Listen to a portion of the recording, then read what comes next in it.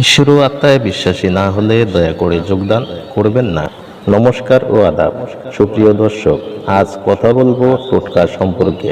কিছু সহজ বশীকরণ টোটকা টোনা পদ্ধতি রয়েছে। আজকের এই বশীকরণ ভিডিওতে আপনাদের মাঝে যে কয়েকটি সহজ বশীকরণ টোটকা নিয়ে আলোচনা করব। এই বশীকরণ টোটকাগুলো যেমন কার্যকরী তেমনি এর প্রয়োগবিধিগুলো বেশ সহজ। তো চলুন শুরু করা যাক। নাম্বার 1, বশীকরণ তিলক পরা টোটকা।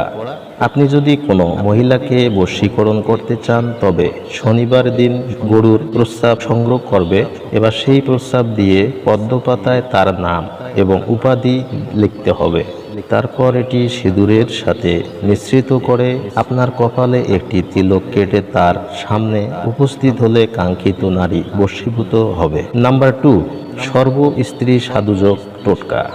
পিপুল, চন্দন এবং সাথে কিছু মধু মিশিয়ে তিলক লাগিয়ে যে কোনো মহিলার কাঁধে হাত রেখে বা হাত কর্দমন করলে সেই নারী বশীভূত হবে।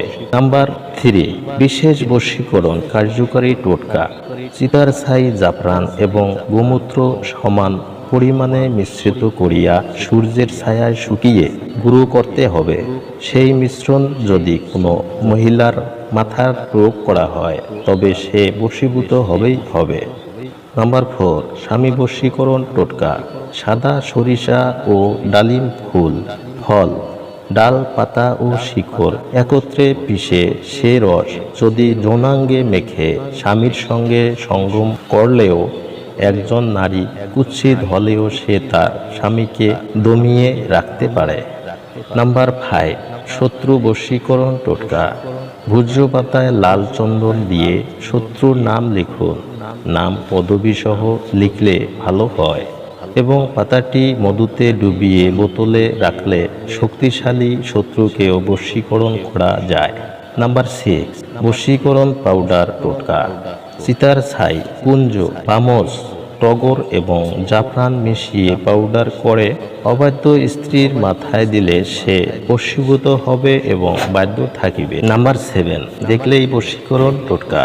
সাদা আকন্দের শিকড় রোদে শুকিয়ে গরুর দুধের সাথে মিশিয়ে তিলক তৈরি করে তিলক করুন এবং যে ব্যক্তি ওই তিলক দেখবে সে আপনার বশীভূত হবে। নাম্বার 8, বশীকরণ প্রলেপ। সাদা গরুর দুধ এবং হাতিসুরা গাছের শিকড় দুধের সঙ্গে একত্রে মিশিয়ে শরীরে লাগালে যে কেউ আপনার প্রতি বশীভূত হবেই হবে। সুপ্রিয় দর্শক, আশা করি শুরু থেকে শেষ পর্যন্ত ভিডিওটি দেখেছেন এবং বুঝতে পেরেছেন। ভিডিওটি উপকারে আসলে লাইক কমেন্ট করবেন। নতুন বন্ধুদের কাছে ভিডিওটি শেয়ার করে দেখার সুযোগ করে দিবেন। এই ধরনের উপকারী ভিডিওগুলো সবার আগে পেতে চ্যানেলটি অবশ্যই সাবস্ক্রাইব করে পাশে থাকবেন।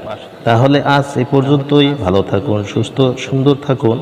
সবার সুস্বাস্থ্য মঙ্গল কামনা করে আজকের টোটকাটোনা ভিডিওটি এখানেই শেষ করছি। দেখা হচ্ছে আবারও নতুন কোনো ভিডিওতে।